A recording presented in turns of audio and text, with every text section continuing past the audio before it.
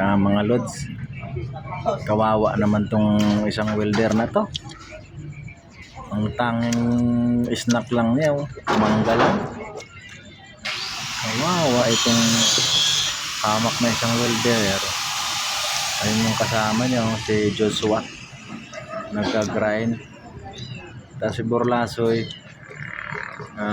malis, saan ba nagpunta yun? Kumain din ng mangga lang tanging snack, no? Buti na lang may mangga para hindi gutumin.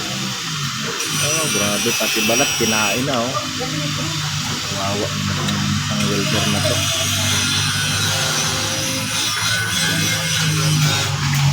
Like and share na lang, guys.